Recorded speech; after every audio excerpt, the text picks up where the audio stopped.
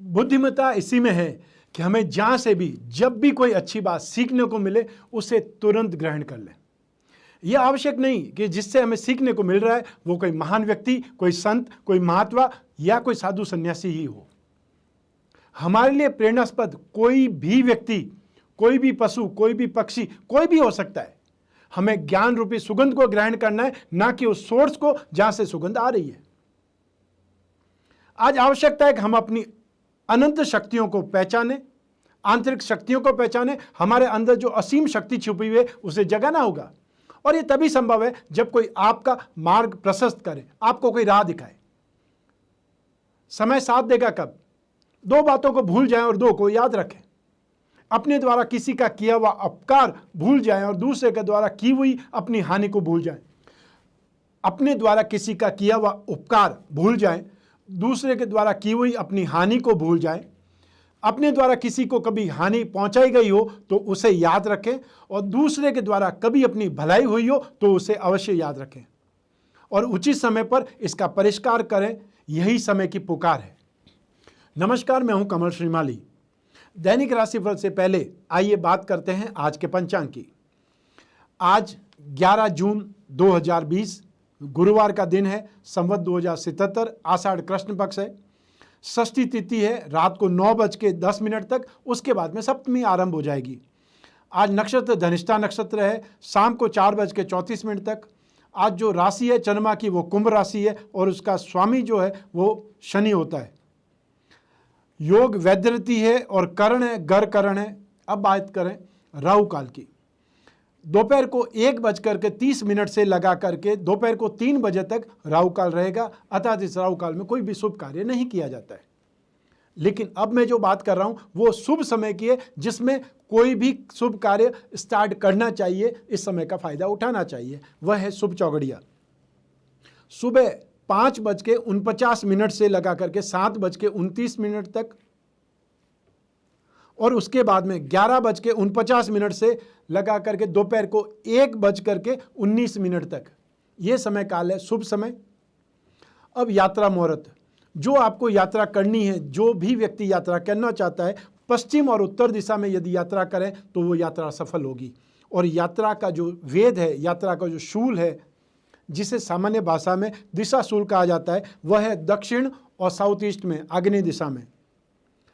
आज के समय में, आज के दिन सूर्योदय के समय में जो योग, विशेष योग घटित है, आश्रय योग, अखंड साम्राज्य योग, अधम योग और केंद्र त्रिकोण राजयोग। ये रही बात पंचांग की, दैनिक पंचांग की। आइए बात करते हैं दैनिक राशिफल की, जिसका कि आप इंतजार कर रहे हैं, और इस राशिफल के लिए आप इस चैनल पर हैं। लेकिन इसमें मैंने कुछ सिद्धांत जो काम में लिए हैं, नक्षत्र सिद्धांत काम में लिया है, राशि सिद्धांत काम में लिया है, गोचर के सारे सिद्धांत काम में लिए, इन सभी स्थितियों को समाहित करके हमने ये राशिफल तैयार किया है।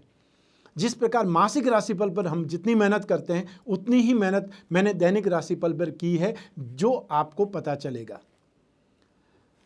ये राशिफल को सटीक बनाने में हमने बहुत ज़्यादा एफर्ट्स किए हैं, और ये एफर्ट्स का रिजल्ट आपके कमेंट बॉक्स से दिखेगा, आपके कमेंट से मुझे पता चलेगा। तो आइए सबसे पहले बात करते हैं आपके राशिफल की, मेष राशि से। आपकी राशि से 11th हाउस में आज चंद्रमा विराजमान है। राशि से 11th हाउस का मतलब है गेन, इसका मतलब है वृद्धि, इसका मतलब है एप्रिसिएशन, और इसका मतलब है सक्सेस। तो राशि से 11th हाउस में जब भी चंद्रमा होगा, और चंद्रमा मंगल के साथ में, चंद्रमा और मंगल जब भी इकट्ठे होंगे एक योग बनता है, लक्ष्मी योग, अतः चंद्र मंगल लक्ष्मी योग कहा जाता है। और 11th हाउस में ये योग है। लग्न का अधिपति मंगल है, वो चंद्रमा के साथ में, तो साथ में सुख का अधिपति भी चंद्रमा, वो भी लग्नेश के साथ में। इससे अच्छी स्थिति क्या हो सकती है? जब आपको अष्टक वर्ग में 33 पॉइंट मिल रहे हैं, जो कि काफ़ी ज़्यादा बेटर है, तो ऐसी स्थिति में आज के दिन का आपको बहुत शानदार फायदा मिलने वाला है। आज के दिन आपको धन लाभ, जो भी आपको गेन है, आपने किसी को पैसा उधार दिया हुआ है वो वापस मिल सकता है, जो भी आपका बकाया है वो वापस मिल सकता है, कोई वसूली हो सकती है। यदि कोई ट्रैवलिंग है, उस ट्रैवलिंग में आपको सक्सेस मिलेगी, और साथ ही साथ सारे दिन आपका एटमॉस्फेयर बहुत ही प्लेजर रहेगा, बहुत ही खुश रहेगा, और साथ ही साथ कोई मेहमान नवाजी करने का मौका मिल सकता है, कोई मेहमानों का घर में आगमन हो सकता है। आइए अब बात करते हैं वृषभ राशि की। राशि से 10th हाउस में चंद्रमा विराजमान है। फिर वही स्थिति है कि चंद्र और मंगल दोनों साथ में है। मेष राशि के लिए वो चंद्र मंगल की युति 11th हाउस में थी, गेन स्थान में थी, लेकिन यहां पर चंद्र मंगल की युति है वो 10th हाउस में, आपके कर्म स्थान में, आपके बिजनेस हाउस में। ऐसी सिचुएशन में जो भी लोग मेटल, मेडिसिन, लॉजिस्टिक्स से संबंधित, सर्विस प्रोवाइडिंग इंडस्ट्री से संबंधित, कोई न कोई मैकेनिक का काम करते हैं, मिस्त्री लोग हैं, वो इस समय काल में बहुत ज़्यादा सक्सेस होंगे। आज के दिन आपका कामकाज बढ़ने वाला है। आपकी काबिलियत में, आपके हुनर में इंप्रूवमेंट आएगा, तो साथ ही साथ आपकी प्रतिष्ठा में भी वृद्धि होगी। चाहे आप कोई फैक्ट्री चलाते हैं, चाहे आप कोई जॉब कर रहे हैं, चाहे आप कोई भी छोटे से छोटा काम कर रहे हैं, तब भी आपकी स्ट्रेंथ में, आपकी नॉलेज में इंप्रूवमेंट होगी। आपको काम में इंटरेस्ट आएगा और साथ ही साथ सुख में स्थिति आएगी। सफलता और नई योजना वाला ये दिन रहेगा। अतः जो भी एफर्ट करेंगे उसमें सक्सेस मिलेगी और नई कोई प्लानिंग बन सकती है, नया कोई आइडिया मिल सकता है, नया कोई लॉजिक आपको मिल सकता है, नए लोग मिल सकते हैं। उससे कोई न कोई आपको योजना बनाने का, कोई प्लानिंग करने का मौका मिल सकता है। जो भी एफर्ट करेंगे, जो भी कार्य करेंगे, उसमें आपको सिद्धि मिलेगी। इसका मतलब है आपको सक्सेस मिलेगी। लेकिन आपने ये ध्यान जरूर रखना है कि आपकी राशि का अधिपति शुक्र वो अपने खुद के भाव में, अपनी खुद की राशि में, ऐसी स्थिति में आप आराम पसंद हो सकते हैं। आप लग्जरियस लाइफ की तरफ, सुख सुविधाओं की तरफ ज़्यादा एफर्ट कर सकते हैं, ज़्यादा ध्यान दे सकते हैं। ये आपको ध्यान देना है बस।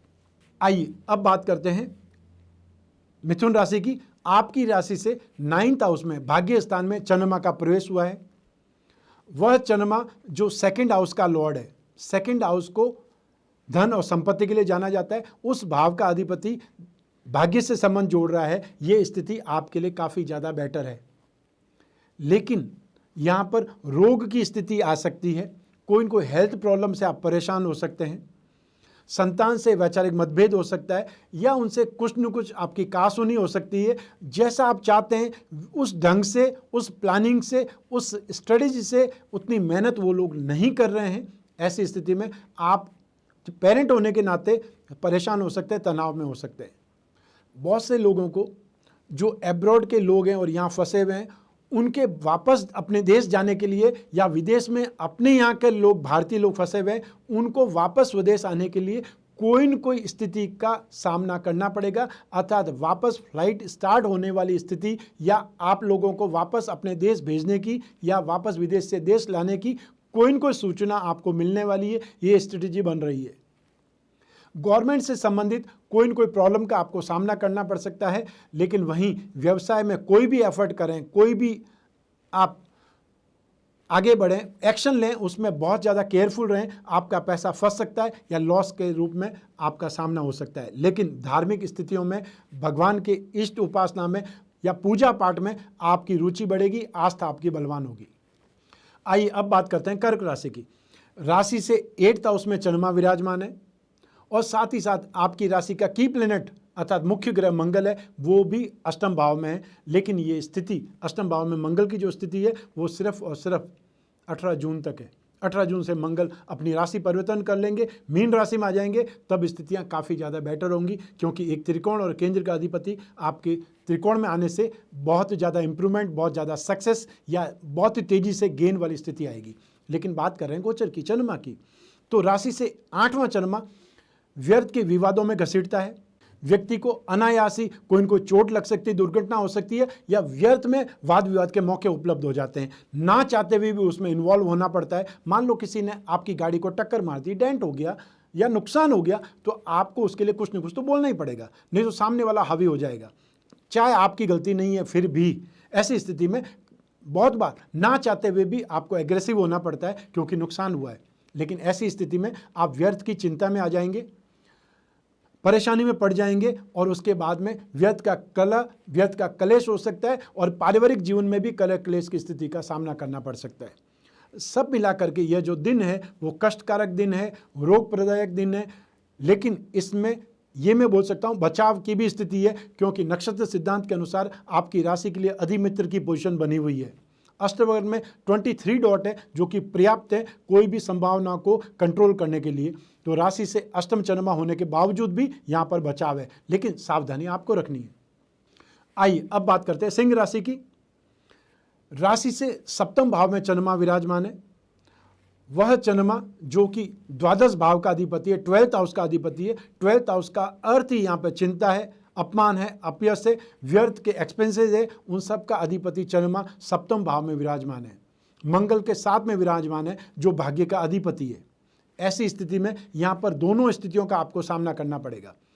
मंगल जो एग्रेसिव, मंगल जो डोमिनेशन, मंगल जो क्रोध और आवेश को जन्म देता है, लेकिन चंद्रमा यहाँ पे प्रसन्नता भरा दिन आपको देगा, सुख देगा और साथ में पूर्ण गृह सुख, दाम्पत्य सुख की स्थिति पैदा करेगा। जो लोग गवर्नमेंट से संबंधित काम करते हैं, गवर्नमेंट क्षेत्र में काम करते हैं, गवर्नमेंट में काम करने वाले अधिकारी हैं, उनको बहुत ज़्यादा एप्रिसिएशन मिल सकता है। जिस भी काम में आप इन्वॉल्व थे, जो भी प्रोजेक्ट में आप इन्वॉल्व थे, जो भी योजना में आप इन्वॉल्व थे या आपका कोई विजिट होने वाला था, उसमें आपको बहुत एप्रिसिएशन मिलेगा और साथ ही साथ जो भी सरकारी कार्य में है उनसे धन लाभ भी हो सकता है, या आपका कोई बकाया हो गवर्नमेंट में वो मिल सकता है। मान लो कोई टीएडी अटका हुआ है, और भी बहुत सी चीज़ें हो सकती है। जो भी गवर्नमेंट से संबंधित पैसा है वो आपको मिल सकता है, या आपको कोई अवार्ड वाली स्थिति आ सकती है। वाहन का सुख भी आपको मिल सकता है आज के दिन। मान लो वाहन आपने बहुत दिन से खराब वाहन था और आज ही कोई मिस्त्री मिला ठीक करने वाला, तो ऐसी स्थिति में यहाँ से वाहन का सुख आरंभ हो जाता है। आइए अब बात करते हैं कन्या राशि की। राशि से रोग भाव में चंद्रमा विराजमान है। राशि से 6th हाउस में चंद्रमा का या गोचर में चंद्रमा का प्रवेश स्थिति शुभ मानी जाती है। ऐसी स्थिति में रोगों से मुक्ति हो सकती है। बहुत समय से मान लीजिए आप कोई एफर्ट कर रहे हैं रोग मुक्ति के लिए, बहुत समय से लॉकडाउन था और आप कोई डॉक्टर को अप्रोच नहीं कर पाए थे, ये लॉकडाउन खुला है, अनलॉक 1 हुआ है, उसमें हो सकता है सही डॉक्टर मिल जाने से आपकी लॉकडाउन से संबंधित कोई भी बीमारियां हैं उनसे मुक्ति का रास्ता बन जाए, क्योंकि ये समय काल रोग मुक्ति के लिए सही है। शत्रुओं का नाश हो सकता है। शत्रुओं का नाश का अर्थ यहाँ पे गोली मारने से नहीं है या उनके साथ मारपीट करने से नहीं है। शत्रुता शांत हो जाए, या तो आप उनसे बहुत ज़्यादा आगे बढ़ रहे हैं, आगे निकल जाएं, या फिर ऐसी कोई युक्ति अपनाएं कि वो आपका रास्ता छोड़ दें या वो खुद ही अपने आप को शांत कर लें। जो भी एफर्ट करेंगे, जो भी काम धंधा करेंगे, उसमें आपको उन्नति मिलेगी, फाइनेंशियल गेन होगा और साथ ही साथ आय और संपत्ति के लिए भी ये दिन बहुत ज़्यादा शुभ है। तो आय का तो स्थिति जब हम एफर्ट करते हैं तो आय होती है। संपत्ति का अर्थ यहाँ पर कोई भी डील हो सकती है।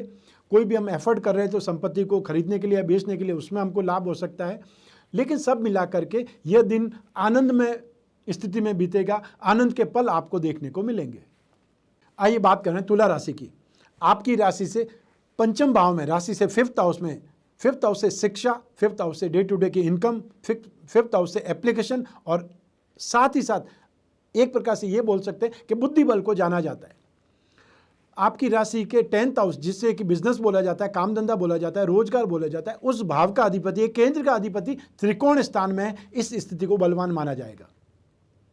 और चंद्रमा और मंगल दोनों एक साथ में है, ये लक्ष्मी योग है, ये मैं आपको बोल चुका हूं। और आपकी राशि में तो 2nd हाउस धन और संपत्ति का स्वामी, 7वां भाव साझेदारी का, व्यवसाय का स्वामी, दाम्पत्य सुख का स्वामी भी मंगल है, जो कि 5th स्थान में है। एक केंद्र का अधिपति त्रिकोण में, दोनों स्थितियों में चंद्रमा और मंगल दोनों ही यहाँ पर आपके लिए बहुत ज़्यादा बलवान बने हुए हैं।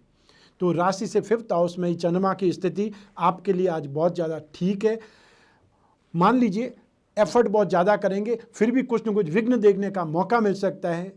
10 काम में से 2 काम में अशांति हो सकती है, लेकिन अपने दिमाग को सही दिशा में रखें, एक पॉजिटिव अप्रोच के साथ में काम करें। कोई नेगेटिव ढंग से, कोई फ्रॉड के ढंग से या कोई और युक्ति से पैसा कमाने का कोशिश नहीं करें, प्रॉब्लम में आप फंस सकते हैं। हेल्थ में जहाँ तक बात है, स्पेशली जोड़ या कमर के दर्द से आप परेशान हो सकते हैं, लेकिन उसको भी आपने बहुत ज़्यादा केयर करना चाहिए यदि ऑलरेडी आपको हड्डियों में प्रॉब्लम है तो।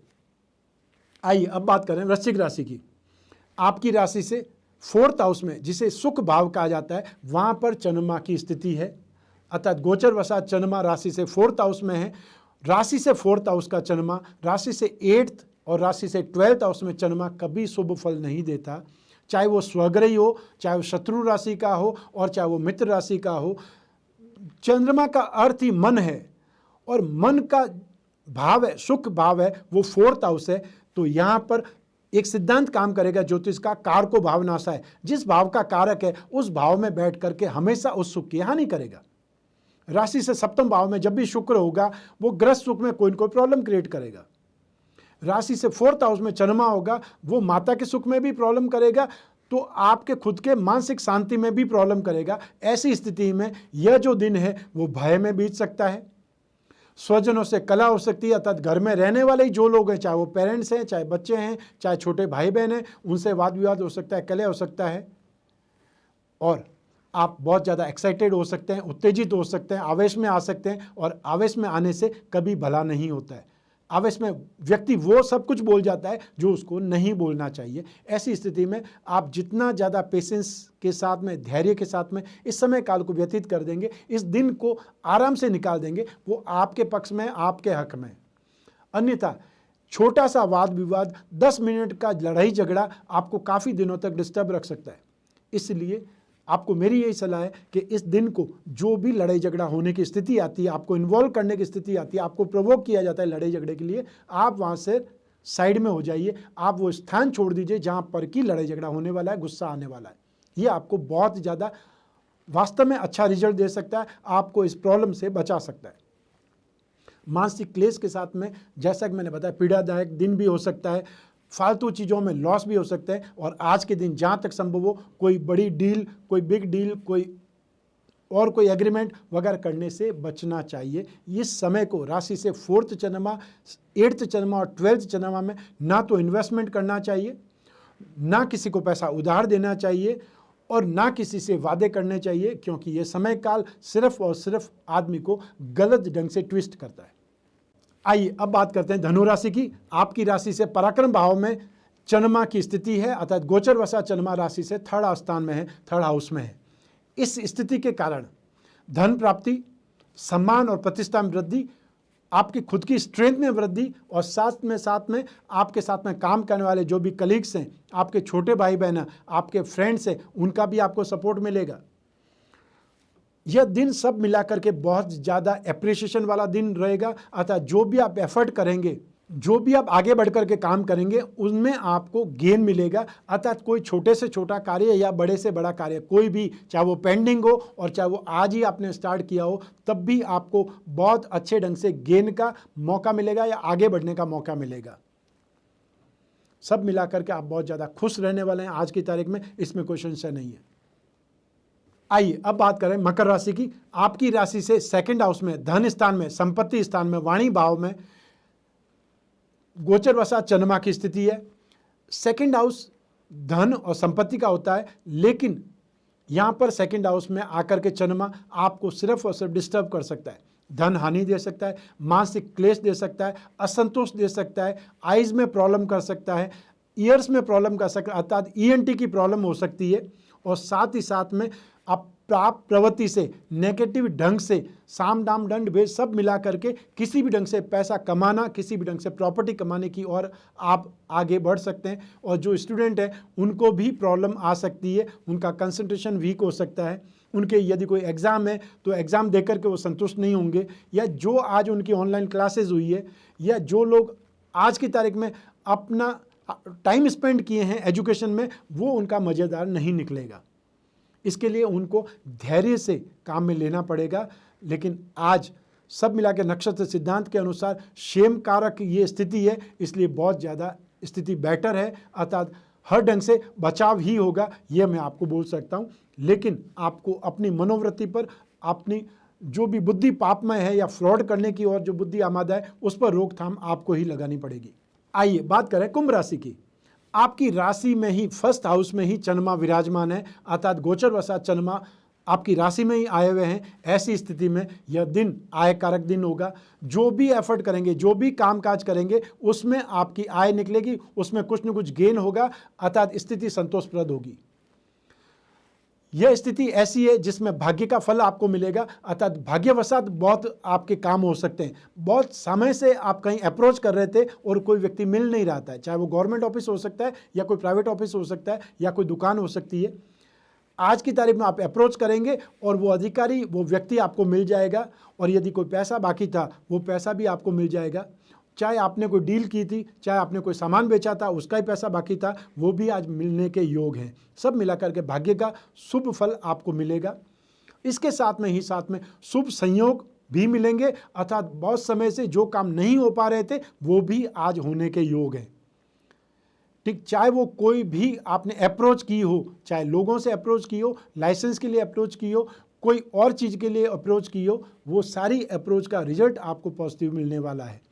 यदि कोई ट्रैवल प्लान है तो यात्रा बहुत अच्छी होगी, वो यात्रा सुखमय होगी और साथ ही साथ यात्रा में सत्कार होगा। जहाँ भी जाएंगे वहाँ पर आपकी आवभगत अच्छी होगी और ये जो दिन है वो दिन सफलता के साथ साथ में अच्छी नींद का भी है, अतः संतोष के साथ में सुख में नींद का आप मजा लेंगे।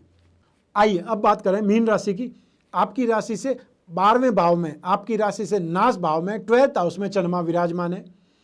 स्टार्टिंग में मैंने बतलाया, बीच में भी मैंने बतलाया कि राशि से 4th हाउस और राशि से 8th हाउस और राशि से 12th हाउस में चंद्रमा जब भी होगा, व्यक्ति मेंटली टॉर्चर होता है, व्यक्ति मन से दुखी हो जाता है। चाहे उसके पास में कितना भी पैसा है, आज के दिन आपने लाख रुपए कमाया है, उसके बावजूद भी शाम को होते होते, रात होते होते ऐसी कोई स्थिति आ जाएगी कि आप अपने आप से आप कंप्लेंट करने लगेंगे, अपने आप को दोष देने लगेंगे कि ऐसा क्या कर दिया मैंने जिसके बावजूद, अतः सारा दिन अच्छा निकलने के बावजूद मैं सुखी नहीं हूं या मुझे ये सुनने का मौका मिला है।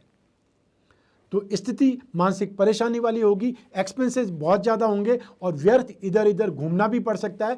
और बहुत से व्यक्ति राशि से 12th जब चंद्रमा होता है तो कुछ काम के बगैर भी फ्रेंड्स के साथ में इधर इधर घूमने निकल जाते हैं, ठीक है, बहुत सी जगह अप्रोच करने निकल जाते हैं, लेकिन ज़्यादातर उनका काम नहीं होता या जिस लोगों के यहाँ मिलने जाते हैं वो मिलते नहीं हैं।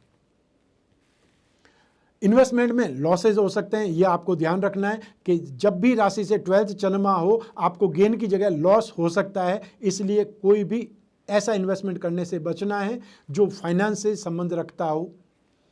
ठीक, चाहे वो फाइनेंशियल लेन देन हो सकता है, ठीक, चाहे वो फाइनेंशियल कंपनी के अंदर अपना बॉन्ड भरना हो सकता है या आप कोई गारंटी देने वाला है। ये सारे काम आज की तारीख में राशि से 12th जब चंद्रमा होता है आपके लिए दुखदायी हो सकते हैं, आपके गले की फांस बन सकते हैं।